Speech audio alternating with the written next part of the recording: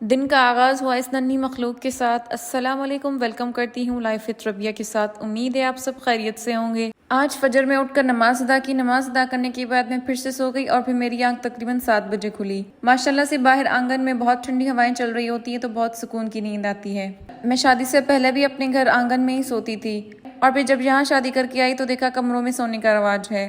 خیر پھر اس کے بعد چائے پی جو کہ میری ساس نے بنائی تھی۔ کسی نے کمنٹ کیا تھا کہ تمہیں شرم نہیں آتی کہ تمہیں چائے بھی تمہاری ساس بنا کے دیتی ہے، تو اس سے میں یہی کہوں گی کہ آپ کو کیا تکلیف ہے۔ اور پھر چائے پینے کے بعد میں اپنے بیٹی کے نینی کا انتظار کر رہی تھی اور پھر کچھ ہی دیر میں اس کی نینی آ گئی اور پھر میں اپنی پڑھائی کرنے بیٹھ گئی۔ پتہ نہیں کیوں لیکن جمعے کا دن باقی دنوں سے بہت مختلف محسوس ہوتا ہے۔ آج پتہ نہیں کیوں مجھے ایسا فیل ہو رہا تھا کہ جیسے میں نے ہر چیز پڑھ لی ہو۔ جب کتابیں کھول کر بیٹھوں تو لگتا ہے ہر چیز مجھے آتی ہے، لیکن جب کتابیں بند کروں تو لگتا ہے کچھ بھی نہیں آتا۔ خیر آج پڑھائی کو بالکل کم ٹائم دیا کیونکہ بہت لو فیل کر رہی تھی۔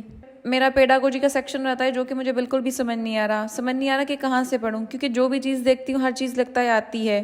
اگر آپ لوگوں میں سے کسی کو آئیڈیا ہے ایف پی ایس کی لیکچر کی ٹیسٹ میں کیا آتا ہے پیڈاگوجی کے سیکشن سے تو پلیز مجھے گائیڈ کر دیں کہ میں کہاں سے پڑھوں اور کیسے پڑھوں اس کو۔ خیر تھوڑے لٹریری ٹرمز پڑھنے کے بعد پھر میں نے کتابیں رکھ دی اور پھر میں فون چلانے لگی اور پھر سے مجھے یہی خیال آنے لگا کہ مجھے کچھ بھی نہیں آتا ہے، اٹھ کے پڑھ لوں۔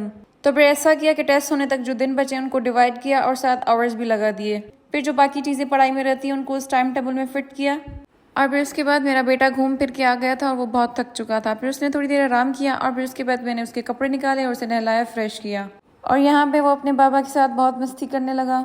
اور پھر کچھ ہی دیر میں نے اپنے کپڑے نکالے، نہا کے فریش ہوئی اور پھر نماز ادا کی اور پھر کچن میں میری ساس بریانی اور سالن بنا رہی تھی اور پھر تپتی دھوپ میں اپنے ہسبینڈ کو باہر لے کر آئی کہ میری پکچرز بناؤ اور ویڈیوز بناؤ تاکہ میں آئل کی پروموشن کروں۔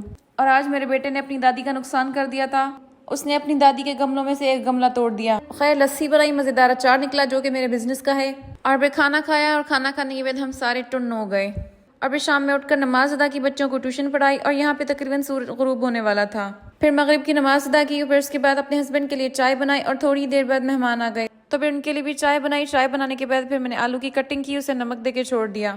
پھر آٹا گوندا، ایک سائڈ پر میں نے چاول بنائے اور ایک سائڈ پر میں نے پٹاٹے بنائے۔ بہت سے دن ہو چکے تھے نہ مزیدار پٹاٹے بنائے تھے نہ کھائے تھے۔ خیر پھر جب پٹاٹے اور چاول ریڈی ہو گئے تو پھر میں نے ساتھ تھوڑی روٹیاں بھی بنا دی اور پھر میں نے کھانا کھایا۔